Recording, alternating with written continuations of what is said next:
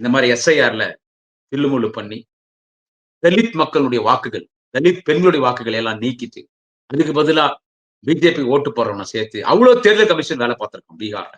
பாஜகவுக்கு தேர்தல் கமிஷன் மாமா வேலை பார்த்து இன்னைக்கு ஜெயிக்க வச்சிருக்கான். இது உண்மையான வெற்றியா? 202 தொகுதி ஜெயிக்கிறான் சார் பிஜேபி. எவ்வளவு ஃப்ராடு வேலை பார்த்திருக்கான், எவ்வளவு கேப் மாறி, முள்ள மாறி, முச்சோக்கி வேலையை பார்த்திருக்கான். அதான் சொல்றேன் 75 லட்சம் போலி வாக்காளருக்கு 10,000 கொடுத்துட்டான். அது இல்லாம இன்னும் எவ்வளவு ரூபாய் கொடுத்துட்டான். மிரட்டினான். சாவி கொடுத்தா பொம்மை ஆடுங்க. தேர்தல் கமிஷன் ஒரு பொம்மைங்க.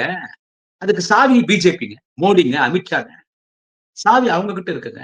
202 தொகுதி ஜெயிக்கிறான் பீகார்ல. அமோக வெற்றியாம். அடி செருப்பால அமோக வெற்றியாம். அள்ளிட்டாங்கன்னு போடுறான் தினமலர்ல. அள்ளிட்டாங்கோ, அள்ளிட்டாங்கோ, அள்ளிட்டாங்கன்னு போடுறான். அள்ளிட்டாங்கன்னு போடாதா தினமலர். அள்ளிட்டாங்கன்னு போடாத. அள்ளிட்டாங்கன்னு போடாத. திருடிட்டாங்கன்னு போடு. மோடி சாதாரணமான ஆள் கிடையாதுங்க. மிகப்பெரிய அரக்கன், மிகப்பெரிய ராட்சசன். மோடி சாதாரணமான ஆள் கிடையாதுங்க. பீகார்ல திருட்டுத்தனமா ஜெயிச்சுட்டு பட்டாசடா வெடிக்கிறீங்க. பட்டாசு யாருக்கடா இலை விழுந்துச்சு பட்டாசு வெடிங்க. வணக்கம், குடியாத்தம் குமரன். சகோதர சகோதரிகளே, எனது பெயரிலே நான் புதியதாக தொடங்கியிருக்கிற குடியாத்தம் குமரன் டாக்ஸ் யூடியூப் சேனலை சப்ஸ்கிரைப் செய்து, லைக் செய்து, ஷேர் செய்து எனது குடியாத்தம் குமரன் டாக்ஸ் யூடியூப் சேனலுக்கு ஆதரவு அளிக்கும்படி அன்புடன் கேட்டுக்கொள்கிறேன். மறவாதீர், சப்ஸ்கிரைப் செய்யுங்கள். என்னுடைய channel Gudiyatham Kumaran Talks YouTube சேனலை சப்ஸ்கிரைப் செய்யும்படி அன்புடன் கேட்டுக்கொள்கிறேன். நண்பர்களே, பீகார்ல தேர்தல் நடந்து முடிஞ்சிருச்சு. வெற்றியை திருடிட்டோம். பிஜேபி வெற்றியை திருடிட்டோம், களவாடிட்டான் வெற்றியை. 75 லட்சம் போலி வாக்காளர்களை சேர்த்து அந்த 75 லட்சம் போலி வாக்காளர்களுக்கு 75 லட்சங்க 75 லட்சம் போலி வாக்காளர்களுக்கு 10,000 கொடுத்துட்டு, அது இல்லாம இன்னும் ஓட்டுக்கு பணம் கொடுத்து, கிராம கிராமமா துப்பாக்கி வச்சு மக்களை மிரட்டி, ஓட்டு போடணும்னா கொன்னு போடுவோம், உங்க வீட்டு பெண்கள் நடுரோட்ல கற்பழி போனாங்களா, இந்த மணிப்பூர்ல இந்த வேலையெல்லாம் பார்த்தோம் மிரட்டி, இவ்வளவு வேலையை பார்த்து எஸ்ஐஆர்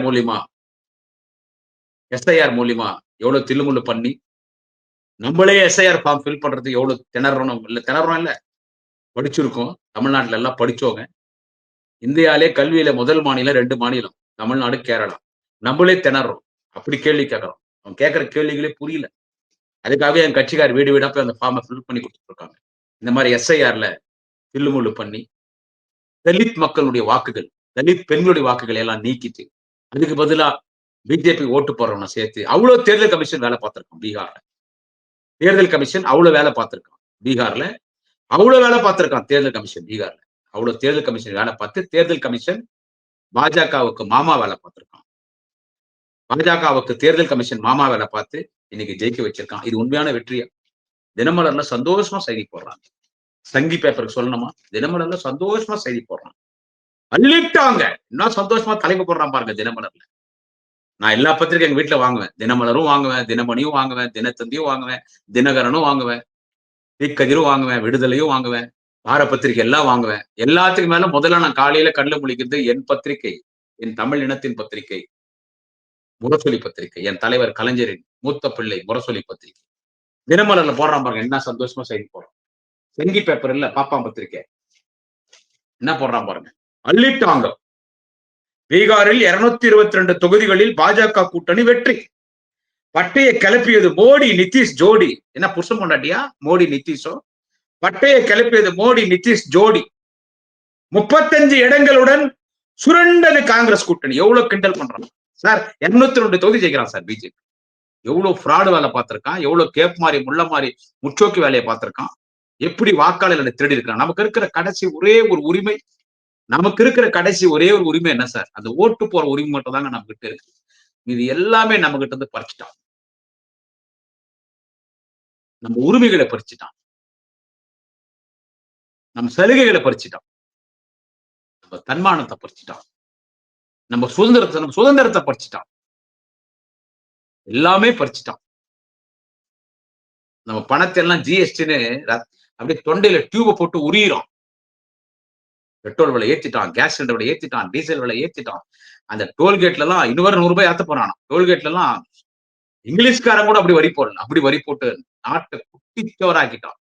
தேர்தல் கமிஷன் அவன் கண்ட்ரோலுக்கு போயிடுச்சு, சிபிஐ அவன் கண்ட்ரோலுக்கு போயிடுச்சு, நீதிமன்றம் கூட அவன் கண்ட்ரோலுக்கு கொண்டு போயிட்டான். பாவம் நீதிபதிகள்லாம் 2 வருஷத்துக்கு முன்னால டெல்லியில இருக்கிற நீதிபதிகள் எங்களுடைய கடமையில கூட எங்களுடைய நீதித்துறையில கூட வந்து தலையிடுறாங்களே வருத்தப்பட்டான். ஆர்எஸ்எஸ் அப்படியே அந்த பாப்பானவனுடைய ஆதிக்கத்தை தெரியும். பாப்பானுடைய ஆதிக்கத்துக்கு பாப்பானுடைய ஆதிக்கம் தெரியும். இந்தியாவில வரணும். நம்ம ஆதிக்கத்துக்கு கீழே தான் இந்தியாவே இருக்கணும். இதை இந்து ராஜ்யமாக்கணும். இங்க இந்து, முஸ்லீம், கிறிஸ்டியன், தலித்த கூட இந்து, முஸ்லீம், கிறிஸ்டியன், தலித் எல்லாம் ஒரு மூலையில முடங்கி கிடக்கணும். அந்த ரூட்ல அரசியல் பண்றான். அந்த ரூட்ல அரசியல் பண்ணி இன்னைக்கு இவ்வளவு தில்லுமுல்ல வேலை பார்த்து எஸ்ஐஆர்ல அவன் பிஜேபி பீகார்ல பார்த்த தில்லுமுல்லு. அதான் சொல்றேன் 75 லட்சம் போலி வாக்காளருக்கு 10,000 கொடுத்துட்டான். அது இல்லாம இன்னும் எவ்வளவு ரூபாய் கொடுத்துட்டான். மிரட்டினான். ஸ்பெஷல் இன்டென்ஷன் ரிவிஷனா எஸ்ஐஆர். அது எவ்வளவு ஃப்ராடு வேலை தெரியுமா? இவ்வளவு பண்ணி பீகார்ல திருடிட்டான். பீகார்ல வெற்றியை திருடிட்டான் சார். 420, 420, 840 கேப் மாதிரி முள்ள மாதிரி முற்றோக்கி வேலை பார்த்திருக்கான் பிஜேபி. இதெல்லாம் நம்ம தமிழ்நாடு மக்கள் யோசிக்கும். கேட்ட ராகுல் காந்தி ராசி இல்லாதவர். 2 பார்லிமெண்ட் எலெக்ஷன்ல என்ன ஆச்சு? பீகார் எலெக்ஷன் முடிவு என்ன ஆச்சு? திரு ஸ்டாலின் கூட போனாரு. எல்லாம் போனாங்க. சாவி அவன் கையில இருக்கு. கீ கொடுத்தா, சாவி கொடுத்தா பொம்மை ஆடுங்க. தேர்தல் கமிஷன் ஒரு பொம்மைங்க. அதுக்கு சாவி பிஜேபிங்க, மோடிங்க, அமித்ஷாங்க. சாவி அவங்க கிட்ட இருக்குங்க. அவங்க எப்படி சாவி கொடுக்குறானோ அப்படி தேர்தல் கமிஷன் ஆடுதுங்க. 202 தொகுதி ஜெயிக்கிறான் பீகார்ல. அமோக வெற்றியாம். அடி செருப்பால அமோக வெற்றியாம். பிஜேபி 100 தொகுதியில நிக்குதுங்க. 90 தொகுதியில ஜெயிக்கிறோம். ஏன் 10 விட்டு வச்சீங்க? அது 10 நீங்களே ஜெயிச்சிருந்தானே. திருட போயிட்டான். திருட போயிட்டான். ஒட்டியானம் திருடிட்டான், வளையல் திருடிட்டான், நெக்லஸ் திருடிட்டான், செயின் திருடிட்டான், நெத்தி சுட்டி, தங்க வாட்சு, பிரேஸ்லெட், தங்க கால் செயின் எல்லாம் திருடிட்டான். ஒரு மூக்குத்தி மட்டும் விட்டு வந்துட்டான். போனா அதையும் திருடிட்டு போறதான. அந்த மாதிரி 90 தொகுதி ஜெயிச்சிட்டேன் நீ அறிவிச்சுக்கின. இன்னும் 10 ஏண்டா விட்ட? இவிஎம் மிஷின்ல அவ்வளவு தில்லுமுள்ளு. இவ்வளவு தில்லுமுள்ளு பண்ணி பீகார்ல ஜெயிச்சுட்டு இதுக்கு ஒரு வெற்றின்னு பட்டாசு வெடிக்கிறான் தமிழ்நாட்டுல. யாரு வீட்டுல இளவு விழுந்துச்சு? யார் வீட்டுல இளவு விழுந்துச்சு பட்டாசு வெடிக்கிற? உங்க வீட்டுல இளவு விழுந்துக்குது, உழப்போகுது. தமிழ்நாட்டுல பட்டாசு வெடிக்கிறிய, உன் வீட்டுல இளவு உழப்போகுது. ஆனா விடாது. ஆனா தளபதி ஸ்டாலின் விடமாட்டார். தலைவர் தளபதி ஸ்டாலின் இளவு விடமாட்டார். எங்கள் திராவிட இனத்தின் தலைவன், தமிழ் இனத்தின் தலைவர், தமிழ் சமுதாயத்தின் தனிபெரும் தலைவர், வரிப்புலி பட்டாளத்தின் வரலாற்று நாயகன், முறுக்கிய இளைஞர்களின் போர்முகிட்ட தலைவன், ரத்த தடாகத்தில் கூத்திட்ட குறிஞ்சிமலர் நாயகன், திராவிட முன்னேற்ற கழகத்தின் 2ஆம் கலைஞர், திராவிட முன்னேற்ற கழகத்தின் வாழும் கலைஞர், தலைவர் கலைஞரின் இதயத்தை இரவலாக பெற்றிருக்கிற கலைஞராக, பெரியாராக, அண்ணாவாக வாழ்ந்து கொண்டிருக்கிற தேச தலைவன் தளபதி ஸ்டாலின் சங்கிகளுக்கு சங்கு ஊதா விடமாட்டான். ஆனா அவன் பீகார்ல பார்த்த வேலையே தமிழ்நாட்டுல பாக்குறதுக்கு கண்டிப்பா அவன் முயற்சி செய்வான். அவனுக்கு இப்ப இலக்கே என்னன்னு கேட்டா தமிழ்நாடு தாங்க. பாருங்களேன், 100 தொகுதியில போட்டிட்டு பீகார்ல பாஜக 90 தொகுதி ஜெயிக்கிறான். அந்த ஐக்கிய ஜனதா தளம், அந்த அமைதிப்பட அமாவாசை, அந்த நிதிஷ்குமார். ஆனா அவங்க வைக்கிற பாரு இப்ப பிஜேபி. அந்த எத்தனை தொகுதி அவன் கட்சி? 85 தொகுதி. லோக் ஜனசக்தி 19 தொகுதி.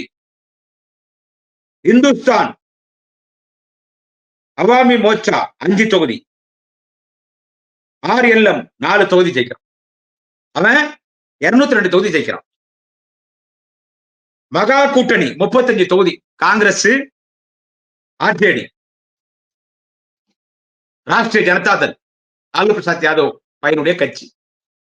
அந்த ஆர்ஜேடி ஒரே 25 தொகுதியில ஜெயிக்குது. காங்கிரஸ் 6 தொகுதியில ஜெயிக்குது. ஐஐபி 1 தொகுதியில ஜெயிக்குது. சிபிஐஎம் 1 தொகுதி. சிபிஐஎம்எல் 2 தொகுதி. அவ்வளவுதான். பகுஜன் சமாஜ் ஒரே ஒரு கட்சி. ஏஜேஎம் ஒரு 5 தொகுதி. இந்த பிரசாந்த் கிஷோர் அங்க ஜெயிக்கிறான் போய். இந்த தேர்தலை வெற்றி யாருடா பீகார்லன்னு கேட்டா தேர்தல் கமிஷனுக்கு பிரசாந்த் கிஷோர் தான். இந்த வெற்றி எப்படி வந்துச்சு? அள்ளிட்டாங்கன்னு போடுறான் தினமலர்ல. அள்ளிட்டாங்கன்னு போடுறான்.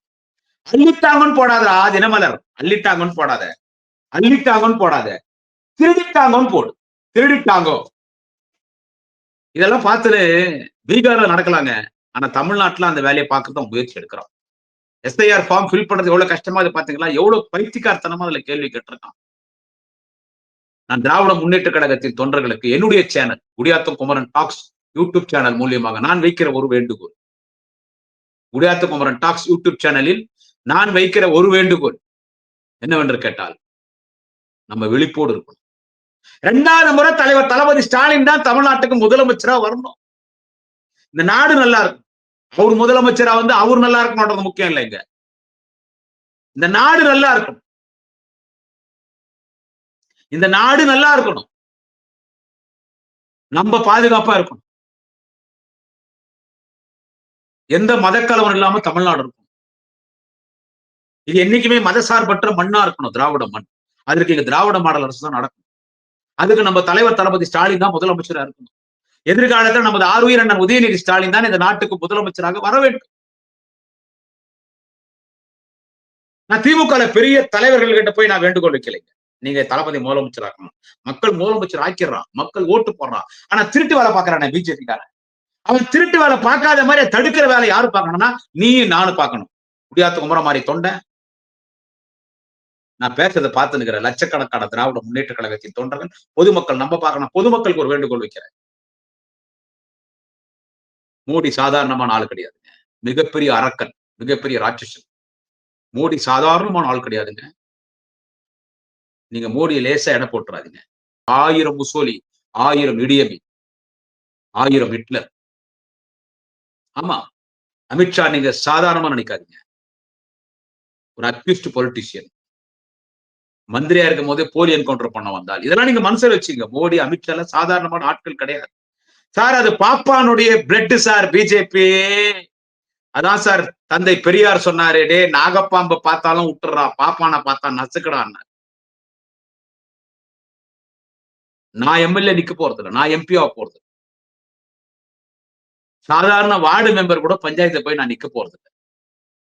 நான் திமுக ஒரு தற்கொலை படம் மாதிரி என் தலைவன் தளபதி ஸ்டாலினுக்காக நாளைய முதலமைச்சர் நாற்காலியில் அமர்ன எங்க அண்ணன் உதயநிதி ஸ்டாலின், எங்க அண்ணன் உதயநிதி ஸ்டாலினுக்கு ஒரு தற்கொலை படம், எங்க அண்ணன் உதயநிதிக்கு ஒரு தற்கொலை படம், என் தலைவர் தளபதிக்கு ஒரு தற்கொலை படம்.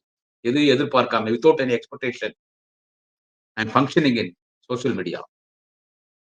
தினமும் பேசுறேன். யாருக்காக பேசுறேன்? கட்சிக்காக பேசுறேன். தமிழ்நாட்டு மக்களுக்காக பேசுறேன். இந்த பீகார் தேர்தல் முடிவு எச்சரிக்கையா இருக்கணும். 10,000 கொடுத்தான் 75 லட்சம் போலி வாக்காளர்களுக்கு. அறிவிப்பான் தமிழ்நாட்டு ஒரு குடும்பத்துக்கு 20,000 அறிவிச்சாலும் அறிவிப்பான். தமிழ்நாடு ஒரு குடும்பத்துக்கு 20,000 அறிவிச்சாலும் அறிவிப்பான். அவன் ஓட்டு திரணும். இங்க தமிழ்நாட்டுல திமுக காலி பண்ணணும் அவன் பிளான் பண்றான்.